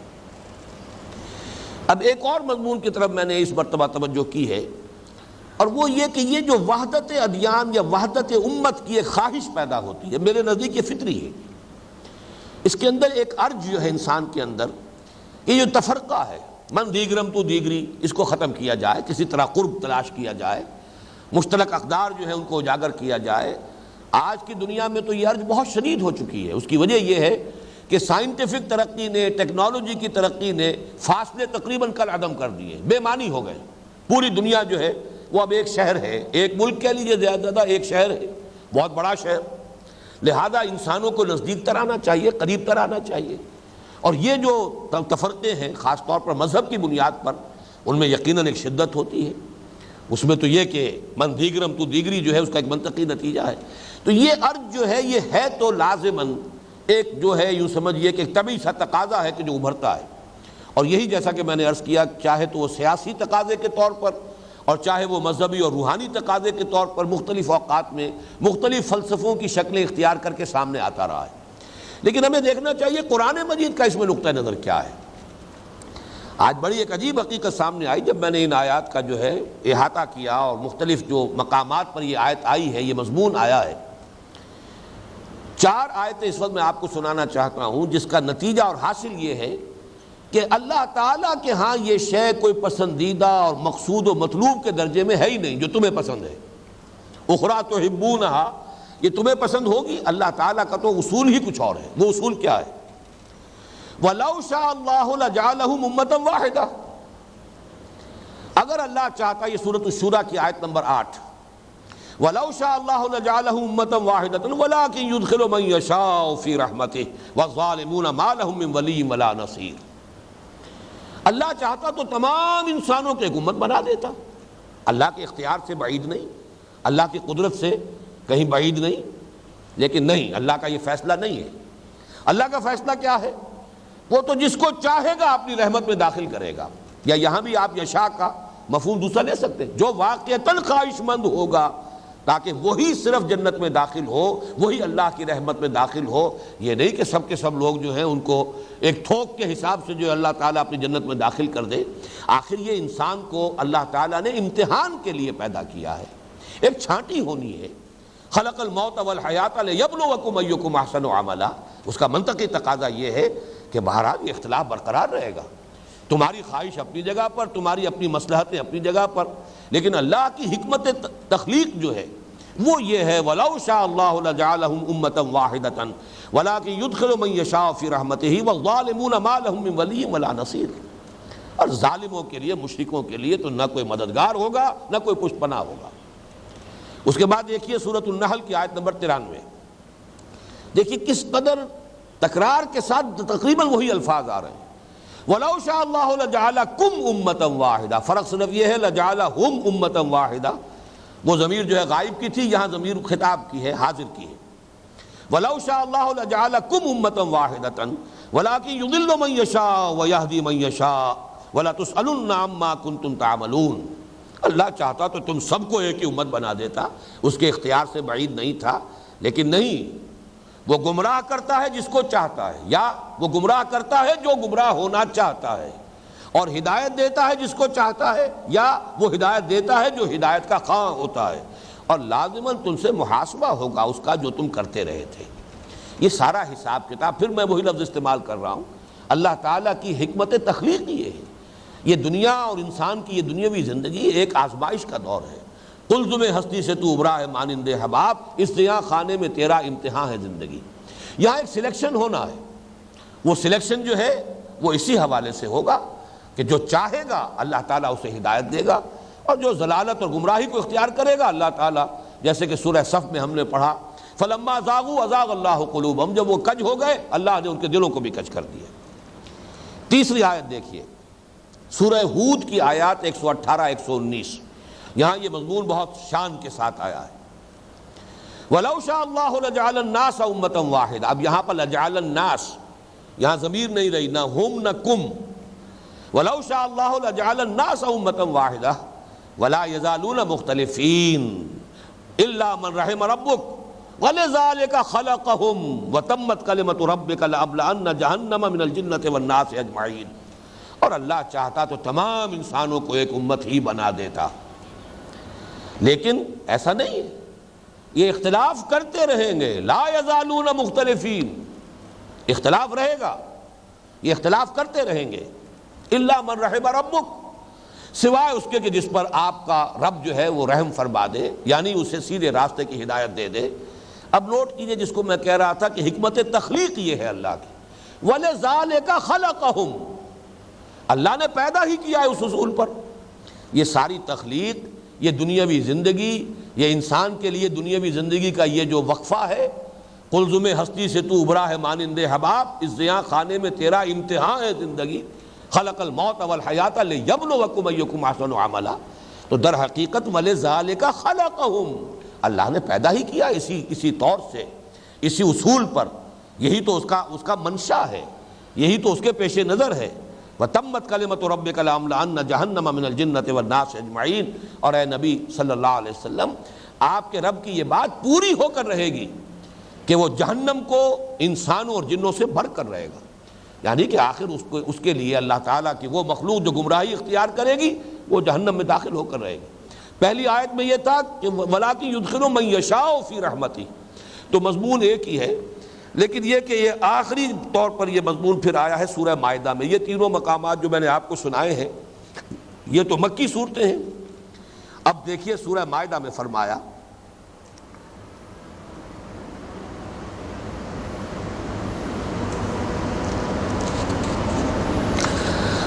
وَأَنزَلْنَا إِلَيْكَ الْكِتَابَ بِالْحَقِّ مُصَدِّقًا لِمَا بَيْنَ يَدَيْهِ مِنَ الْكِتَابِ وَمُهَيْمِنًا عَلَيْهِ فَاحْكُم بَيْنَهُم بِمَا أَنزَلَ اللَّهُ وَلَا تَتَّبِعْ أَهْوَاءَهُمْ عَمَّا جَاءَكَ مِنَ الْحَقِّ لِكُلٍّ جَعَلْنَا مِنكُمْ شِرْعَةً وَمِنْهَاجًا وَلَوْ شَاءَ اللَّهُ لَجَعَلَكُمْ أُمَّةً وَاحِدَةً وَلَكِنْ لِيَبْلُوَكُمْ فِيمَا آتَاكُمْ فَاسْتَبِقُوا الْخَيْرَاتِ۔ اللہ تعالیٰ چاہتا تو تم سب کو ایک امت واحدہ بنا دیتا، لیکن اس کا تو منشا یہ ہے، اس کے پیش نظر یہ ہے لِيَبْلُوَكُمْ فِيمَا آتَاكُمْ، یہ وہی آ گیا خلق الموت والحیات لِيَبْلُوَكُمْ أَيُّكُمْ أَحْسَنُ عَمَلًا، لِيَبْلُوَكُمْ فِيمَا آتَاكُمْ، تاکہ تمہیں آزمائے جو کچھ تمہیں دیا ہے اس میں۔ فَاسْتَبِقُوا الْخَيْرَاتِ، تو اے مسلمانوں تم نیکیوں میں ایک دوسرے سے آگے نکلنے کی کوشش کرو۔ إِلَى اللَّهِ مَرْجِعُكُمْ جَمِيعًا فَيُنَبِّئُكُم بِمَا كُنتُمْ فِيهِ تَخْتَلِفُونَ، بالآخر تم سب کو اللہ ہی کی طرف لوٹ جانا ہے اور وہ تمہیں جتلا دے گا جو کچھ کہ تم کرتے رہے تھے۔ تو یہ جو ایک ارج سی پیدا ہوتی ہے، خواہش پیدا ہوتی ہے، خواہ وہ ایک سیاسی تقاضے کے طور پر، خواہ وہ ویسے ہی جو آج کے حالات ہیں دنیا کے اس کے حوالے سے، لیکن اچھی طرح سمجھ لینا چاہیے اللہ تعالیٰ کی حکمت تخلیق کے وہ منافی ہیں۔ یہاں تو سیدھی سیدھی بات الحق من ربک فلا تکونن من الممترین، جو حق ہے اس کا بول بالا کرو، اس پر جمے رہو، اس پر ڈٹے رہو۔ خام خواہ صرف یہ رواداری کے نقطہ نگاہ سے اور صرف کوئی یکجہتی پیدا کرنے کے لیے اور کوئی اتحاد پیدا کرنے کے لیے ان چیزوں میں کہیں کوئی گیو اینڈ ٹیک کا معاملہ کرنا، کہیں کمپرومائز کرنا، جیسے کہ فرمایا گیا حضور سے لن ترضى عنك اليهود ولا النصارى حتى تتبع ملتهم، یہ آپ کی بات جو ہے یہ ہرگز راضی نہیں ہوں گے آپ سے جب تک کہ آپ ان کا اتباع نہ کریں، ان کی پیروی نہ کریں۔ وَدُّوا لَوْ تُدْهِنُوا فَيُدْهِنُونَ، وہ تو چاہتے ہیں کہ ذرا آپ ڈھیلے پڑے، مداہنت کرنے کے لیے تیار ہو جائیں، وہ بھی مداہنت کریں گے، لیکن نہیں۔ فَاسْتَقِمْ كَمَا أُمِرْتَ وَلَا تَتَّبِعْ أَهْوَاءَهُمْ، آپ ڈٹے رہیے جیسے کہ حکم آپ کو دیا گیا ہے۔ اور اسی کا تعلق اصل میں اس حدیث سے بھی جڑتا ہے کہ حضور نے فرمایا بدأ الاسلام غریبا وسیعود کما بدأ فطوبى للغرباء، کہ اسلام کا آغاز ہوا اس حال میں کہ وہ غریب تھا، غریب سے مراد اجنبی، اس کے جاننے پہچاننے والے بہت کم تھے۔ پھر اسے غلبہ حاصل ہوا تو جو غالب ہو، طاقتور ہو، اس کے تو سبھی دوست ہیں، سبھی جاننے پہچاننے والے ہیں، لیکن فرمایا فَسَيَعُودُ كَمَا بَدَأَ، عن قریب یہ اسلام پھر ویسا ہی ہو جائے گا جیسے شروع میں تھا، اگرچہ مسلمان بہت ہوں گے، اسلام غریب اجنبی ہو جائے گا۔ مسلمان تو نہ معلوم کتنے رہے، آپ کو معلوم ہے کہ آج بھی بلین کے قریب بلکہ اس سے زائد ہیں، اسلام کہاں ہے؟ اسلام اجنبی ہے۔ آج آپ اس اصل اسلام کا دامن تھام کر زندگی گزارنا چاہیں، اپنے معاشرے کے اندر جو ہے نکو بن جائیں گے، آپ کا بائیکاٹ ہوگا، آپ سے کوئی ملنا پسند نہیں کرے گا، آپ کے ساتھ کوئی رشتہ داری جو ہے وہ لوگوں کو گوارا نہیں ہوگی، اس لیے کہ آپ تو دقیانوسی شمار ہوں گے، آپ تو رجعت پسند شمار ہوں گے۔ تو فرمایا فطوبى للغرباء، مبارکباد ہے ان لوگوں کے لیے کہ جو خود اجنبی ہونا گوارا کر لیں لیکن اسلام کے دامن کے ساتھ جڑے رہے۔ اللہم وفقنا لہذا، اللہ تعالی ہم سب کو اس کی توفیق عطا فرمائے۔ اب اس سلسلے میں ایک اور دلیل نوٹ کیجئے اور وہ ہے میثاق النبیین آل عمران 81۔ یہ بہت اہم آیت ہے قرآن مجید کی۔ قرآن مجید سے اگر استدلال کرنا ہے ان آیتوں سے، تو جیسا کہ میں نے عرض کیا سورہ بقرہ کی جو آیت اس وقت ہمارے زیر مطالعہ ہے اس کے اعتبار سے تو سیاق و سباق فیصلہ کن ہے۔ جب 5ویں رکوع میں ہے ہی سارا مضمون حضور صلی اللہ علیہ وسلم اور قرآن پر ایمان لانے کی دعوت، اور باقی یہ سارا کا سارا جو ہے اس کے تابع ہے، تو اس کو اس سے خارج کر دینا جو ہے وہ بالکل یوں سمجھیے کہ ڈھٹائی والی بات ہے۔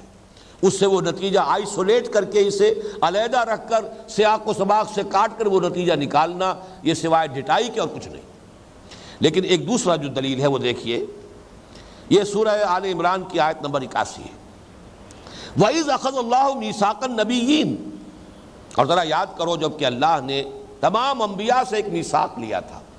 اب یہ بھی نوٹ کرنے کی جگہ ہے قرآن مجید کی، جیسے کہ وہ میثاق الست تھا، الست بربکم قالوا بلی، تمام انسانوں سے میثاق لیا،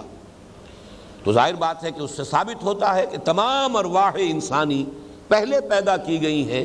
ان اجساد اور اجسام، یہ جو ہمارا فزیکل اور باڈیلی کریشن ہے اس کا سلسلہ بعد میں شروع ہوا ہے، لیکن اسپرچول کریشن ارواح کی شکل میں الارواح جنود المجندہ یہ بہت پہلے ہو گیا تھا، اور تمام انسانوں کی ارواح موجود تھی جن سے اللہ تعالیٰ نے وہ عہد لیا تھا الست بربکم قالوا بلی۔ اسی میں خصوصی اس ایک میثاق وہ تو سب سے تھا، تمام انسانوں سے،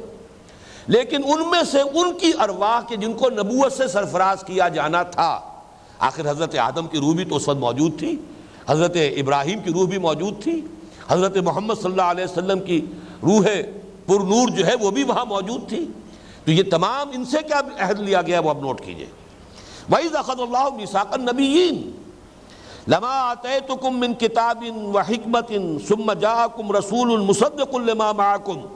لَتُؤْمِنُنَّ بِهِ وَلَتَنصُرَنَّهُ۔ دیکھیے جب میں آپ میں سے کسی کو کتاب دوں گا، حکمت دوں گا، اور پھر ان کے بعد کوئی اور نبی آئے گا جو تصدیق کرتا ہوا ہوگا اس کی کہ جو ان کو دیا گیا تھا، تو تم لازماً ان پر ایمان لاؤ گے اور تم لازماً اس کی مدد کرو گے۔ یعنی مراد کیا ہے؟ ایک نبی آئے، اللہ نے انہیں کتاب دی، اللہ نے انہیں حکمت سے نوازا، ان کے پیروکار ہیں، وہ ایک امت بن گئے۔ اب اس کے بعد ایک اور نبی آ گئے،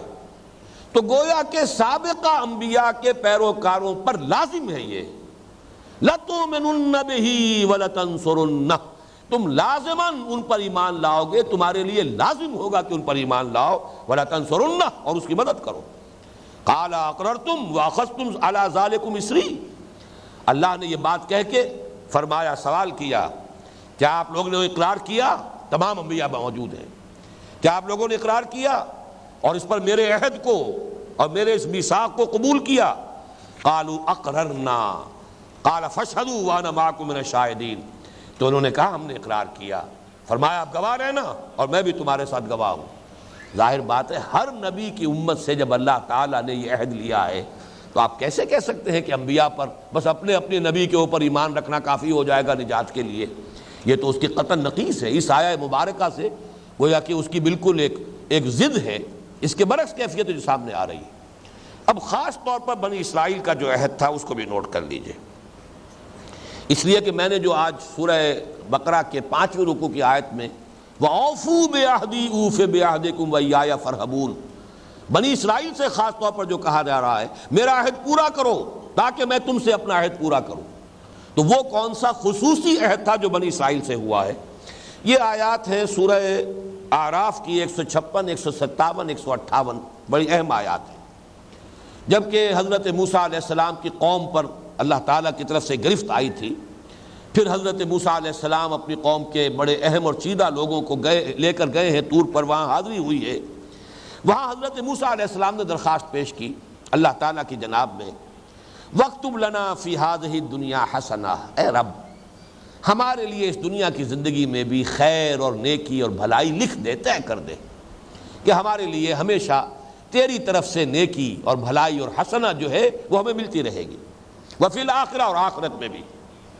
انا ہدنا الیک، اس لفظ کو ذرا نوٹ کیجئے، اس پر ابھی گفتگو کریں گے ہم نے رجوع کیا تیری جناب میں، اس لیے کہ یہاں سے لفظ یہود کا ایک تعلق بنتا ہے لغوی طور پر، ہادا یہود و ہودن رجوع کرنا، تابا یتوب و توبن لوٹنا، آبا یعوب و اوبن، یہ در حقیقت بڑے قریب المعنی الفاظ ہیں۔ ہادا یہود و ہودن رجوع کرنا، لوٹنا، پلٹنا، کسی کی طرف انابت کا رخ اختیار کرنا۔ انا ہدنا الیک، اے اللہ ہم نے رجوع کیا تیری جناب میں۔ قال عذابی اصیب بہ من اشاء، حضرت موسیٰ کی اس دعا یا درخواست کے جواب میں اللہ نے فرمایا دیکھو میرا جہاں تک عذاب کا تعلق ہے وہ تو پھر میں دوں گا جس کو چاہوں گا، یعنی جس کو چاہوں گا معاف کر دوں گا، جس کو چاہوں گا سزا دوں گا۔ ورحمتی وسعت کل شیء، اور میری ایک تو رحمت عام ہے کہ جو ہر شے کے شامل حال ہے، ہر شے کا وجود ہے تو میری رحمت سے ہے، ماں باپ کے دل میں محبت ہے اولاد کی تو میری رحمت کا یہ در حقیقت پرتو ہے، اسی کا ایک ظہور ہے، اسی کا ایک مظہر ہے۔ جو بھی دنیا میں رحمت ہے، باہمی تراحم ہے، وہ در حقیقت میری رحمت ہی کا ایک جو ہے وہ پرتو ہے۔ فَسَأَكْتُبُهَا لِلَّذِينَ يَتَّقُونَ وَيُؤْتُونَ الزَّكَاةَ وَالَّذِينَ هُمْ بِآيَاتِنَا يُؤْمِنُونَ، اور خاص میری رحمت جو ہے وہ میں لکھ دوں گا، طے کر دوں گا، ریزرو کر دوں گا ان لوگوں کے لیے جو تقویٰ کی روش اختیار کریں گے، زکوٰۃ عطا کریں گے اور جو ہماری آیات پر ایمان لائیں گے۔ الذین یتبعون الرسول النبی الامی الذی یجدونہ مکتوبا عندہم فی التوراۃ والانجیل، یعنی وہ لوگ کہ جو اتباع کریں گے ہمارے رسول کا جو نبی امی نبی امی جو رسول کی حیثیت سے مبعوث ہوں گے، جنہیں وہ موجود پائیں گے اپنے پاس لکھے ہوئے، یعنی جن کی پیشن گوئیاں لکھی ہوئی موجود پائیں گے اپنے پاس تورات میں بھی والانجیل اور انجیل میں بھی، یامرہم بالمعروف، وہ انہیں نیکیوں کا حکم دے گا، وینہاہم عن المنکر، بدیوں سے روکے گا، ویحل لہم الطیبات، اور تمام پاکیزہ چیزوں کو ان کے لیے حلال ٹھہرائے گا، ویحرم علیہم الخبائث، اور تمام جو ہے بری چیزوں کو، خبیث چیزوں کو، ناپاک چیزوں کو حرام قرار دے گا، وَيَضَعُ عَنْهُمْ إِصْرَهُمْ وَالْأَغْلَالَ الَّتِي كَانَتْ عَلَيْهِمْ، اور ان پر جو بوجھ پڑ گئے ہوں گے، ان پر جو بھی ان کے طوق ان کی گردنوں کے اندر ہوں گے، ان سے انہیں نجات دلائے گا۔ فَالَّذِينَ آمَنُوا بِهِ وَعَزَّرُوهُ وَنَصَرُوهُ، تو وہ لوگ جو ان پر ایمان لائیں گے اور ان کا احترام کریں گے، تعظیم کریں گے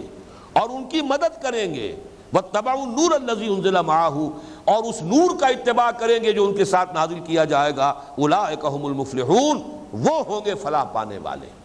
یہ تھا وہ قول و قرار جو بنی اسرائیل سے بالخصوص محمد الرسول اللہ صلی اللہ علیہ وسلم پر ایمان لانے کے ضمن میں لیا گیا ہے۔ چنانچہ اگلی آیت میں اب حضور سے فرمایا گیا، قل، اے نبی اب کہیے، آپ ڈنکے کی چوٹ کہیے، قل یا ایھا الناس انی رسول اللہ الیکم جمیعا، کہہ دیجئے ہے لوگوں میں ہوں اللہ کا رسول تمہاری طرف، سب کی طرف، الذی لہ ملک السماوات والارض، اس اللہ کا رسول اور پیغامبر ہوں جس کے لیے آسمان اور زمین کی بادشاہی ہے، لا الہ الا ہو، اس کے سوا کوئی معبود نہیں، یحیی و یمیت، وہی زندہ رکھتا ہے، وہی موت وارد کرے گا، فآمنوا باللہ ورسولہ النبی الامی الذی یؤمن باللہ وکلماتہ واتبعوہ لعلکم تہتدون، تو بس ایمان لاؤ اس نبی امی پر، اس رسول پر کہ جو اللہ کی تمام کلمات پر، اللہ کی تمام کتابوں پر ایمان رکھتا ہے تاکہ تم فلاح پاؤ۔ یہ ہے وہ اوفو بعہدی اوف بعہدکم۔ تو اب آپ نے نوٹ کیا کہ نمبر ایک، سیاق و سباق کے اعتبار سے اس آیت سے یہ مفہوم نکالنا کہ حضور پر ایمان لانا نجات کی شرط نہیں ہے، یہ قطعاً یوں سمجھیے کہ سوائے ڈٹائی کے اور کچھ نہیں۔ نمبر دو، تمام انبیاء سے جو عہد لیا گیا اس کا بھی نتیجہ یہ نکلتا ہے کہ ہر نئے نبی پر ایمان لانا یہ فرض ہے، لازم ہے، اس کے بغیر نجات نہیں۔ نمبر تین، خاص طور پر یہ جو سلسلہ آیات ہے یہ بنی اسرائیل کے ساتھ اس میں جو آغاز ہوا، اوفو بعہدی اوف بعہدکم، تو وہ عہد تھا ہی یہ کہ وہ رسول نبی امی صلی اللہ علیہ وسلم پر ایمان لائیں گے۔ تو ان تمام چیزوں کے ہوتے ہوئے وہ نتیجہ نکالنا، سوائے اس کے کہ دلوں میں کجی ہو، نقطہ نظر کے اندر ٹیڑھ ہو، اور اس کی کوئی بنیاد نہیں۔ اب آئیے ذرا اس آیت کے چند الفاظ پر بھی ہم غور کر لیں۔ ان الذین آمنوا، یقیناً وہ لوگ جو ایمان لائے، اور میں عرض کر چکا ہوں یہاں مراد مسلمان۔ اب یہ ہمیں سمجھنا ہے کہ اصل میں اس آیت کا مدعا کیا ہے، مفہوم کیا ہے، یہ کس مقصد کے لیے یہ آیت یہاں آئی ہے، وارد ہوئی۔ ہوتا یہ ہے، اور یہ انسانوں کی ایک مشترک کمزوری ہے اور تقریباً تمام ملتوں اور امتوں کا مشترک روگ ہے، مرض ہے، کہ لوگ کسی امت میں آنے کے بعد، شامل ہونے کے بعد، نجات کا دار و مدار صرف اس بات کو بنا لیتے ہیں کہ ہم اس امت میں شامل ہیں۔ امت میں شامل ہونا اخروی نجات کی ضمانت نہیں ہے۔ امت میں شامل ہونے کے لیے اپنا ذاتی ایمان، ذاتی عمل، یہ شرط لازم۔ آپ بہترین امت میں شامل ہو، ذاتی طور پر آپ کو ایمان حاصل نہیں ہے، آپ کا عمل درست نہیں ہے،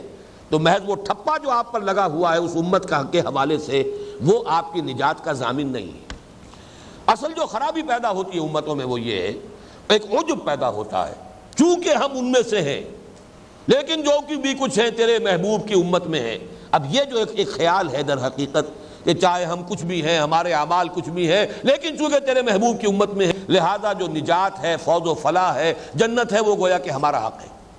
یہ مغالطہ ہمیشہ پیدا ہوا ہے، بنی اسرائیل کو پیدا ہوا اور ہر ایک کو ہو جاتا۔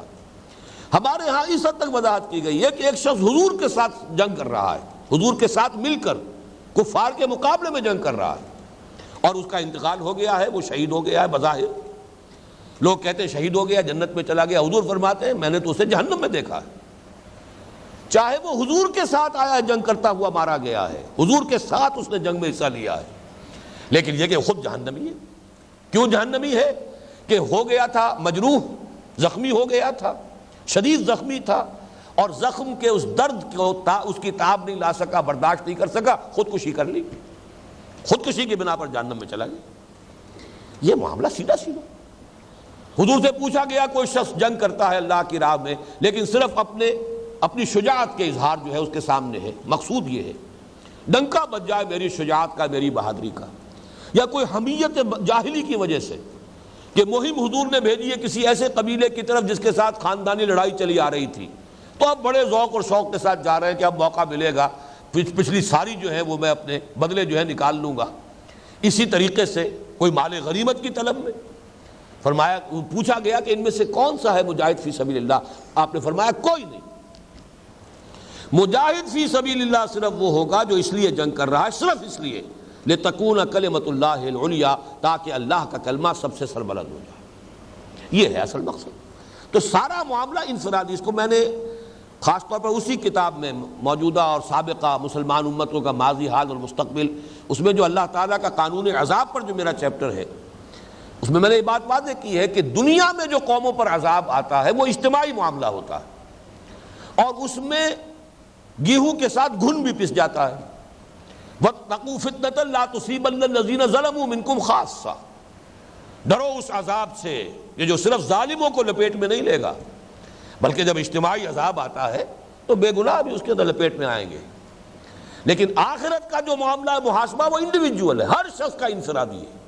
یہاں قومی سطح پر معاملہ ہوتا ہے، امتوں کی سطح پر معاملہ ہوتا ہے، امتوں کا عروج ہے، امتوں کا زوال ہے، امتوں کو سزا مل رہی ہے، ان میں جو نیک لوگ ہوں گے وہ بھی ظاہر بات ہے کہ اس زوال کا شکار بن جائیں گے، وہ بھی اسی میں شامل ہوں گے۔ تو دنیا میں معاملہ ہے اجتماعی،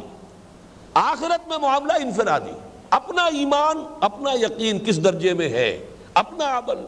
وہ کس حالت میں ہے، سارا معاملہ وہاں پر جو چکایا جائے گا وہ اپنے ذاتی ایمان و یقین اور اپنے ذاتی اعمال و اخلاق کی بنیاد پر، نہ کہ کسی گروہی نسبت کی بنیاد پر۔ یہ ہے وہ مضمون کہ جس کو یہاں پر واضح کرنے کی کوشش کی گئی ہے، اور 2 مرتبہ قرآن میں لایا گیا ہے کہ کسی گروہ میں ہونا، کسی سے نسبت ہونا، اب یہ ٹھیک ہے اپنی جگہ پر، حضرت موسیٰ علیہ السلام سے لے کر حضرت عیسیٰ علیہ السلام تک جو اصل امت ہے وہ امت موسیٰ ہے، وہی دین حق ہے، لیکن حضرت مسیح علیہ السلام آ گئے ہیں تو اب حضرت مسیح پر ایمان لانا لازم تھا یہود کے لیے، لیکن جب تک حضور نہیں آئے اب یہ حضرت عیسیٰ علیہ السلام کی امت، یہ گویا کہ امت ہے، یہ مسلم امت ہے، لیکن نہ پہلے دور میں صرف اس امت میں شامل ہونا نجات کا ذریعہ ہے جب تک کہ اپنا ایمان اور اپنا عمل درست نہ ہو، نہ اس دوسرے دور میں صرف حضرت مسیح کی امت میں شامل ہو جانا نجات کی ضمانت ہے جب تک کہ اپنا ایمان اور اپنا عمل درست نہ ہو۔ اسی طریقے سے اب امت محمد میں شامل ہو جانا صلی اللہ علیہ وسلم یہ بھی نجات کی ضمانت نہیں دے سکتا جب تک کہ اپنا ایمان درست نہ ہو اور اپنے اعمال صحیح نہ ہو۔ اصل نقطہ یہ ہے، اور چونکہ یہ تمام امتوں کا مشترک مرض ہے، میں نے عرض کیا تھا کہ یہاں سے وہی مضامین شروع ہو رہے ہیں جن میں وہ اعتقادی، نظریاتی، فکری وہ چیزیں جو گمراہیاں ہیں کہ جو پھر بڑے پیمانے کے اوپر امت پر اثر انداز ہوتی ہیں، انہی کی اصلاح پیش نظر ہے کہ اے مسلمانوں کہیں تمہارے اندر بھی یہ برائی پیدا نہ ہو جائے، لہذا یہاں وہ مضامین بھی آ گئے ہیں۔ اس کے بعد جو ہے وہ مضامین بھی آئیں گے کہ جن میں واقعاتی طور پر یہود کی تاریخ کے حوالے سے ان پر جو ہے فرد جرم عائد کی گئی۔ والذین ہادوا، ان الذین آمنوا، وہ لوگ جو مسلمان ہوئے امت محمد میں شامل ہو گئے۔ والذین ہادوا، اب یہاں پر دیکھیے بنی اسرائیل کا لفظ نہیں آیا بلکہ والذین ہادوا آیا ہے، اس لیے کہ جو ایک امت بنی ہے وہ در حقیقت بنی ہے اب اس انا ہدنا الیک، حضرت موسیٰ علیہ السلام نے جو الفاظ استعمال کیے، اصل بنیاد جو ہے دین حق ہونے کے اعتبار سے وہ ہے، وہ معنوی نسبت جو ہے، اگرچہ یہودیوں نے اصل میں اپنے اس لفظ کے لیے جو بنیاد قرار دیے وہ یہ ہے کہ حضرت یعقوب علیہ السلام کے جو چوتھے بیٹے تھے یہوذا یا یہودا، ان کی نسل میں حضرت سلیمان اور حضرت داؤد علیہ السلام ان کی نسل سے ہیں، اور چونکہ زیادہ غلبہ جو ہے ان 12 قبیلوں میں سے ان کو حاصل ہوا ہے تو گویا کہ یہی لفظ جو ہے یہودیوں کے لیے ایک اسم علم کی شکل اختیار کر گیا۔ یہی یہوذا ہے کہ جو آپ نے سنا ہوگا عیسائیوں کا ایک سیکٹ ہے، یہوواز وٹنسز، یہ یہووا، یہ در حقیقت خدا کے لیے، اللہ کے لیے یہ لفظ جو ہے استعمال ہوتا تھا۔ بہرحال ہوتے ہوتے یہ جو مسلک بنا، اور اس میں صرف نسلی طور پر بنی اسرائیل نہیں بلکہ جو لوگ بنی اسرائیل کے تابع ہوئے، ان کے زیر اثر آئے، ان کے سے طور طریقے اختیار کر لیے، وہ بھی ان میں شامل ہو گئے۔ اس حوالے سے یہاں لفظ بنی اسرائیل نہیں آیا۔ بنی اسرائیل تو ایک قوم ہے، وہ تو ایک نسل ہے، لیکن جنہوں نے بھی وہ مسلک یہودیت اختیار کیا وہ گویا کہ دوسرے نمبر پر، اور تیسرے نمبر پر والنصارہ۔ نصارہ میں بھی دیکھیے قرآن مجید دو جگہ سورہ آل عمران میں بھی اور سورہ صف میں بھی نحن انصار اللہ، یہ لفظ ہے جو اس لفظ کی اصل جڑ ہے، اصل اساس ہے۔ لیکن یہ کہ ایک دوسری بنیاد یہ بھی سمجھی گئی ہے، اور اکثر مفسرین کا بھی اس پر اجماع ہے اور عیسائیوں کا بھی اس پر اجماع ہے، کہ اصل میں وہ قصبہ تھا، وہ ناصرہ یا نصران، یہ دونوں اس کے نام آتے ہیں۔ یہ ایک قصبہ تھا کہ جو بیت المقدس کے شمال میں تھا، کوئی 70 میل کے فاصلے پر، اور بحیرہ روم کے ساحل سے 20 میل کے فاصلے پر، اب بھی موجود ہے۔ نزارت بھی اس کو کہتے ہیں، جیزس آف نزارت، چونکہ حضرت مسیح علیہ السلام کا تعلق جو ہے آبائی، وہ در حقیقت اس سے آبائی کہیے یا جو حضرت مریم کا تعلق جو ہے وہ اس قصبے سے، تو ان کو اس لیے جیزس آف نزارت کہا جاتا ہے۔ باقی یہ کہ اس کا قرآن مجید نے نسبت جوڑی ہے نحن انصار اللہ، کونوا انصار اللہ، من انصاری اللہ کے ساتھ جو معنوی نسبت ہونی چاہیے۔ لیکن یہ نوٹ کر لیجئے کہ اصل میں حضرت مسیح علیہ السلام کے جو خلیفہ برحق تھے، پیٹر یا شمعون، ان کے پیروکار تھے جو حضرت مسیح کے اصل دین پر تھے، اور وہ بہت عرصے تک نزارین کہلاتے رہے۔ اور جو سینٹ پال، جو حضرت مسیح کی زندگی تک جب تک کہ انہیں نہیں اٹھایا گیا تھا، رفع سماوی نہیں ہوئی، اس وقت تک شدید دشمن تھا حضرت مسیح کا، بعد میں اس نے لبادہ اوڑھا اور اس نے کہا کہ مجھے رویا ہوا ہے، مجھے کشف میں حضرت مسیح سے ملاقات ہوئی ہے، اور اب میں نے ان کا دین اختیار کر لیا ہے، اور پھر اس نے حضرت مسیح کے دین کو جو ہے وہ تبدیل کیا، اس کے اندر ساری جو ہے ترمیمیں کی ہیں۔ تو وہ سینٹ پال جو ہے ان کے ماننے والے اب عیسائی کہلاتے ہیں، کرسچنز۔ قرآن مجید لفظ جہاں لائے گا نصارہ لائے گا، نزارینز، اور بعد میں وہ ایبونائٹس کہلاتے تھے۔ یہ تھے اصل جو حضرت مسیح علیہ السلام کے دین پر تھے، لہذا قرآن صرف ان کا نام لے رہا ہے جو اچھے نام ہیں ان کے حوالے سے یہ آیت نازل ہو رہی ہے۔ ان میں سے بھی جو بھی شامل ہے وہ اپنے ایمان اور عمل کی بنیاد پر جو کچھ پائے گا اللہ کے ہاں پائے گا۔ اب ظاہر بات ہے کہ جب ان کا علیحدہ علیحدہ ذکر کیا جا رہا ہے تو اپنے اپنے دور میں ان میں سے ایمان کسی کا حضرت موسیٰ پر تھا، کسی کا ان میں سے ایمان حضرت عیسیٰ پر تھا، ہمارا ایمان حضرت محمد پر بھی ہے اور صلی اللہ علیہ وسلم اور باقی تمام انبیاء پر بھی ہے۔ یہ چونکہ قدر مشترک تھی لہذا یہاں پہ رسول کا تذکرہ نہیں کیا، بلکہ صرف من آمن باللہ والیوم الآخر وعمل صالحا، جو بھی اللہ پر یوم آخر پر ایمان رکھے اور نیک عمل کرے، فَلَهُمْ أَجْرُهُمْ عِنْدَ رَبِّهِمْ وَلَا خَوْفٌ عَلَيْهِمْ وَلَا هُمْ يَحْزَنُونَ، ان کا اجر ان کے رب کے پاس محفوظ ہے اور ان کے لیے کوئی نہ خوف ہوگا نہ وہ حزن سے دوچار ہوں گے۔ اللہم ربنا اجعلنا منہم، اللہ تعالی ہمیں بھی ان میں شامل کرے۔ اس آیت کا بھی ابھی بیان مکمل نہیں ہوا، اس لیے کہ سابعین کے بارے میں گفتگو انشاءاللہ تعالی ابھی اگلے ہفتے کو ہمیں کچھ کرنی پڑے گی، پھر ہم اس سے آگے چلیں گے انشاءاللہ العزیز۔ بارک اللہ لی ولکم فی القرآن العظیم ونفعنی وإیاکم بالآیات والذکر الحکیم۔